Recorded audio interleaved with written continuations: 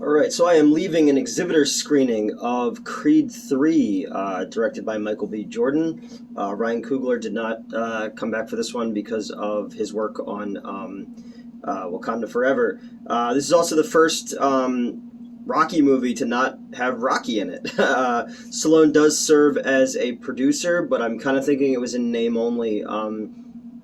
Rocky is only referenced twice, and they're both in the past tense. So I'm not really sure if Rocco is still alive or not in this movie. I was right off the bat. I was worried that when they cast Kang the Conqueror in this, that he was going to wind up being Clubber Lang's son because they went back to the well for part two with Ivan Drago, which was fine. I really liked part two. I liked part one a lot as well. Those movies were fairly grounded. This one is a bit more fantastical. This one almost feels it's closest in tone probably to 3 and 4. But it also includes elements of 2 and 5, and it's almost like a Rocky movie mixtape, almost. Adonis Creed, who is Michael B. Jordan, he's the son of Apollo Creed, who died in the ring against Ivan Drago. Everybody knows that story. He retired from boxing in 2017, and he's kind of been domesticated. He's an entrepreneur now. He has the gym, and they're training this new guy who they think has a shot to be the world champion. I don't see it because the fucking dude is Manny Pacquiao size, and there's no way he's a heavyweight. Because if you ever see these like fucking Ukrainian dudes who are like the heavyweight champions, like they're monsters. So he's training this dude, and his wife, Valkyrie, because of her hearing issue, she doesn't know how much longer she's going to have it, so she's moved into just producing. So they both kind of lost their passion, and that kind of reminds me a lot of Rocky 3. And, we have this backstory where Damien was a up-and-coming boxer, Golden Gloves champ in Crenshaw in LA in the early 2000s. He and Adonis ran together, and they were in a group home, and something bad happened in that group home to them because they hold on to the scars, and Adonis doesn't talk about it. Adonis sneaks out of the house. Felicia Rashad is back as Adonis's mom, Claire Huxtable. And whatever happened to the lady from Rocky 4? Like, they never reached out to the lady who played Apollo Creed's wife in that and said, do you want to come and be in this? I don't know. I'm trying a White Claw for the first time, a watermelon White Claw, because they were left over from the Super Bowl. Damien goes out and he fights back when they're kids, they stop at this convenience store to get, snacks after the fight, and Adonis sees this dude, and he's clearly somebody who they knew when they were younger, and Adonis just beats the fuck on him, and Damien pulls a gun, and then we flash forward to the present where Damien is getting out of jail. He's been in for 18 years. He had priors, obviously, before this, and he shows up at the gym where Adonis is training this other guy. And this other dude can't get any sparring partners. Everybody's injured or he takes him down. A lot also like Rocky 6, where Mason Dixon, the Mason Dixon line, nobody will have exhibition fights with him. Mason the Line Dixon also was the name of the dude in Attack of the Killer Tomatoes. And I know that Stallone came up as a Roger Corman guy, exploitation movie guy. I don't know, maybe put that in there.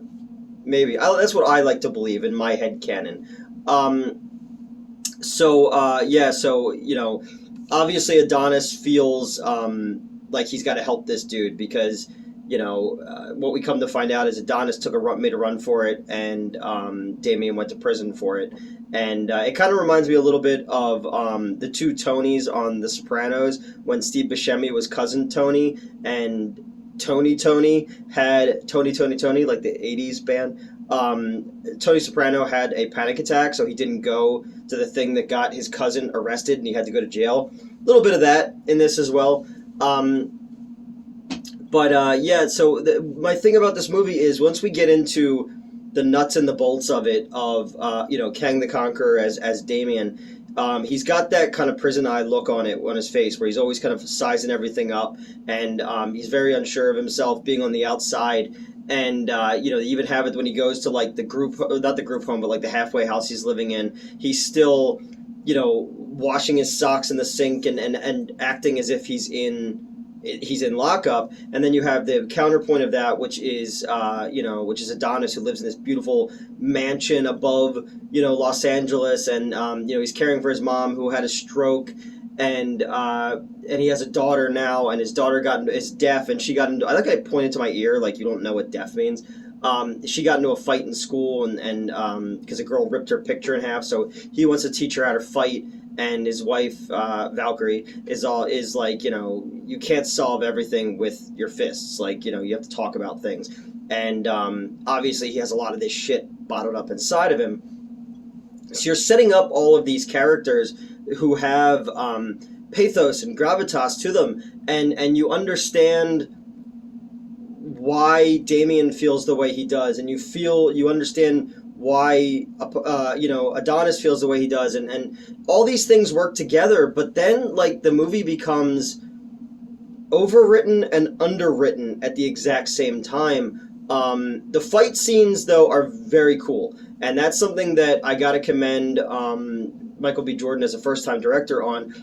His fights have like an almost Japanese anime kind of vibe to them. There's a lot of these like slow-mo into the shot, speed up, slow-mo, body hit, sound and light being used. Almost feels like Dragon Ball Z sometimes, which is cool. That's why I say it's the most fantastical, because when you get into the end fight, it becomes a visual metaphor, basically.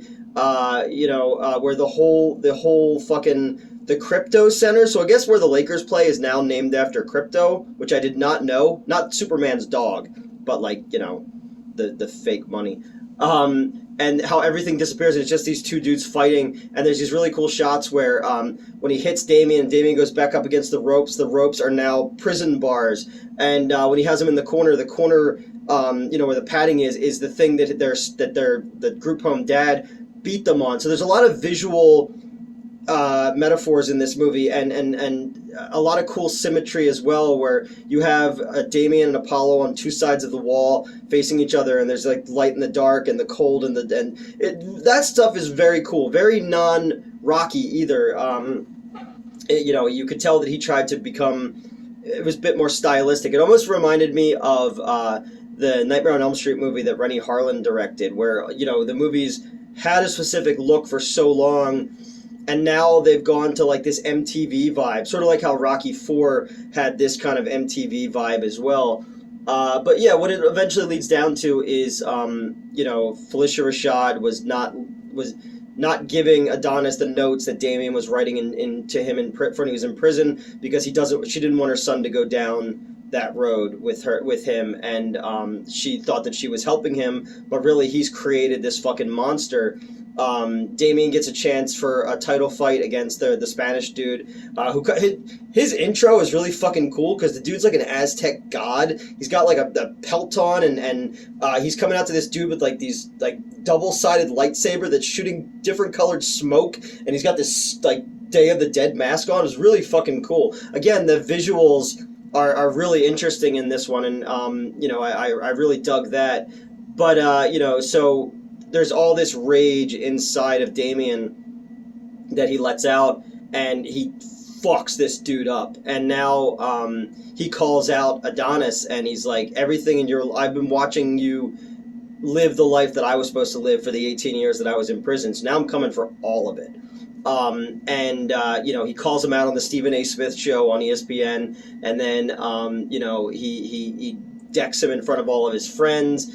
And that's where I said it starts to become overwritten, becomes underwritten, because now all of a sudden all of the gravitas and the Machiavellian operatic shit in a fighting movie, a boxing movie. Because boxing movies, I think, are some of the best sports movies, simply because it's two dudes facing off each other in the ultimate, like, that's why they call boxing the sweet science. It isn't just two dudes beating the shit out of each other. There's so much more going on. It's meat chess, I call it. So Damien now has to, calls out Adonis to fight, so they're going to fight. He comes out of retirement, and he's got to train. Drago's son comes back, and he's a sparring partner in it, because I know that Irving Kershner, or not Irving Kershner, that's the guy who directed The Empire Strikes Back. Irving Winkler, I think, is the producer who Stallone's fighting with. He wants to make a Drago spin-off movie, which Stallone is, like, really against, and I don't blame him. But it's just like, hey, I fought you and your dad killed my dad, but we're best friends now. I don't know. And again, this is also where I felt like Rocky could have been used in the story as a someone who's pushing him forward and someone who's his rock, because, spoiler alert, as if we haven't split it already, Felicia Rashad dies. She has another stroke and she passes away, and then, the fact that Rocky's not at the funeral, that kind of bummed me out, which that kind of leads me to think that, okay, he's dead.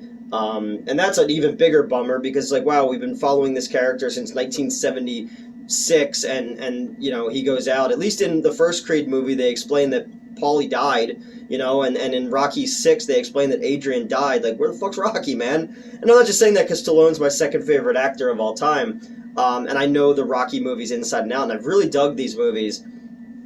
I just felt like I was with this one, and then it felt like things were just missing, and things just happened because they had to happen. Oh, we got to get to the training montage, where instead of going up the steps, he goes up the hill to above the Hollywood sign, and he yells out like he does like Rocky does to Drago in Part 4.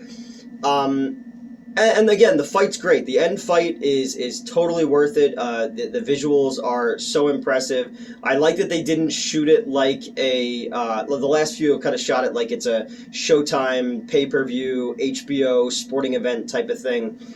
This one feels more like an intimate, brutal, fight inside the heart and the mind, basically.